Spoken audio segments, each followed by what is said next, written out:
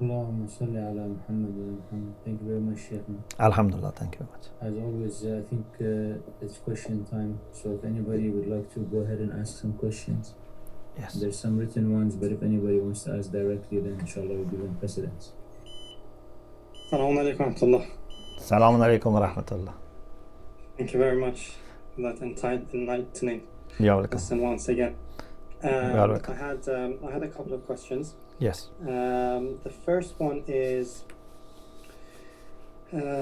related to the point that Arif gets to a stage that ibadah, zuhd, munajat with Allah subhanahu wa ta'ala, and letting go of the dunya and tahajjud, these things becomes easy for him and also pleasurable and sweet to him. Yes. So, and especially when he starts seeing things, you know, he's in that state of pleasure and sweetness. He tastes it.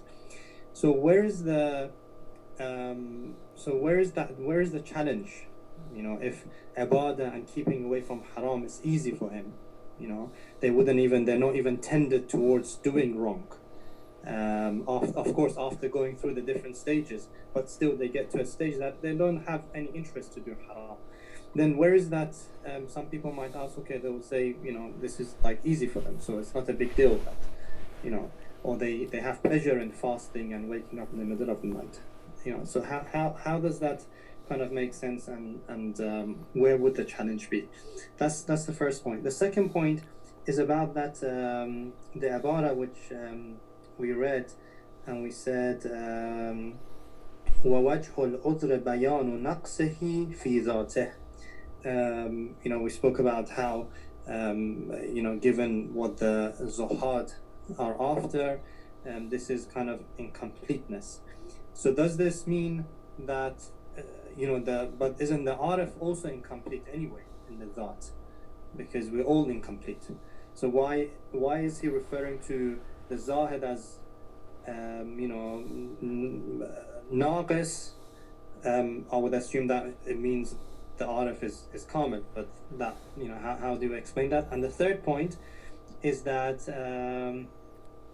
we spoke about how the zahid is after, you know, he puts away temporarily something in this world in order to achieve something more. So this is not qana'ah, this is not being content, you know, and giving things up. This is just, you know, wanting more, but another time, later on, in the hereafter. But again, isn't the arif also similar to that?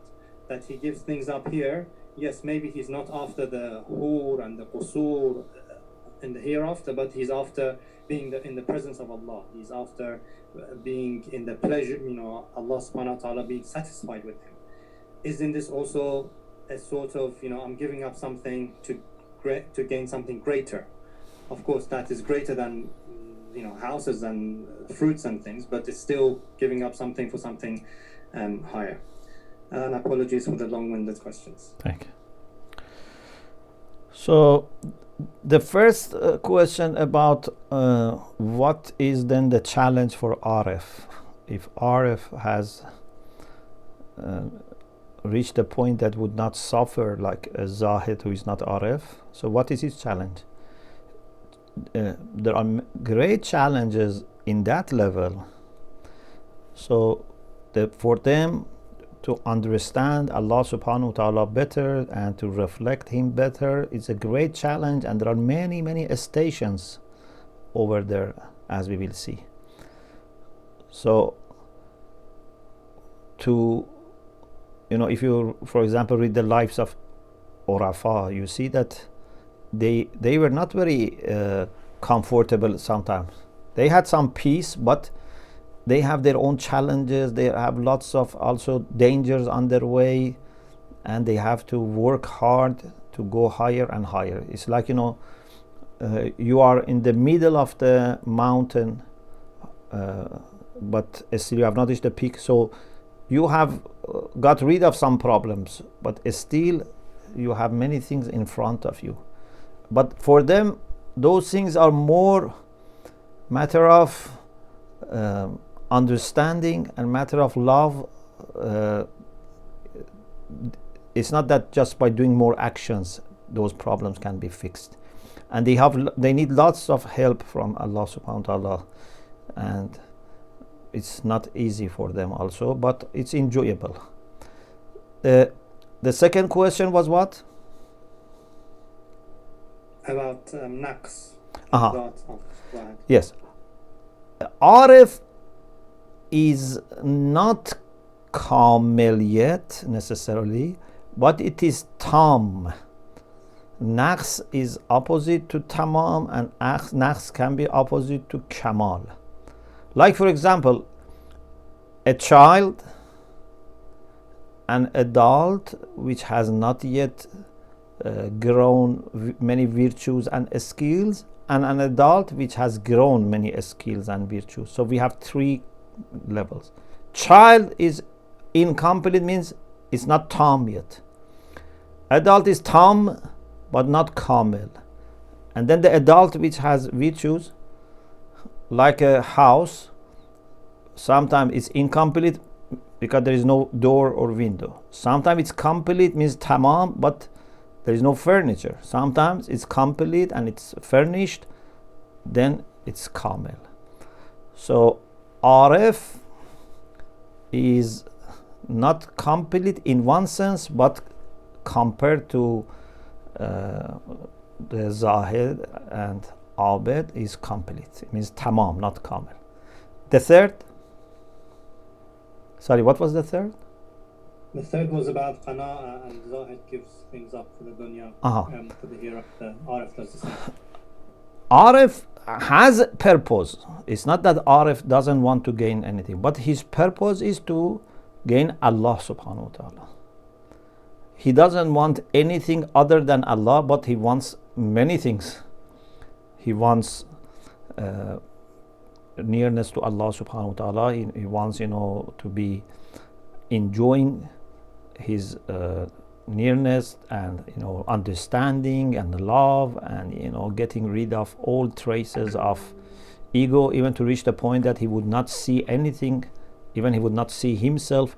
So he has lots of requests and lots of things to achieve, but all for the sake of Allah subhanahu wa ta'ala. Of course, as we had mentioned before, some people say this is an exception to hubbu dhat. It means that they no longer have self-love.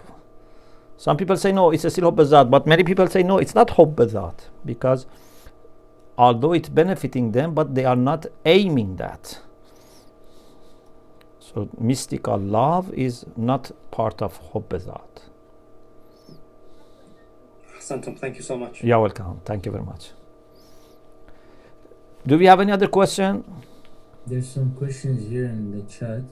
Okay. The I want question to is, talk also something about mubahasa, so please also if you can stay those yes, who are not in hurry. Yes. Sorry, I didn't hear that. Could you say it one more time? I'm sorry. I say there is something about mubahasa I want to mention, so people who are not in hurry, please wait till we talk about this point. Yes. What's the question? Okay.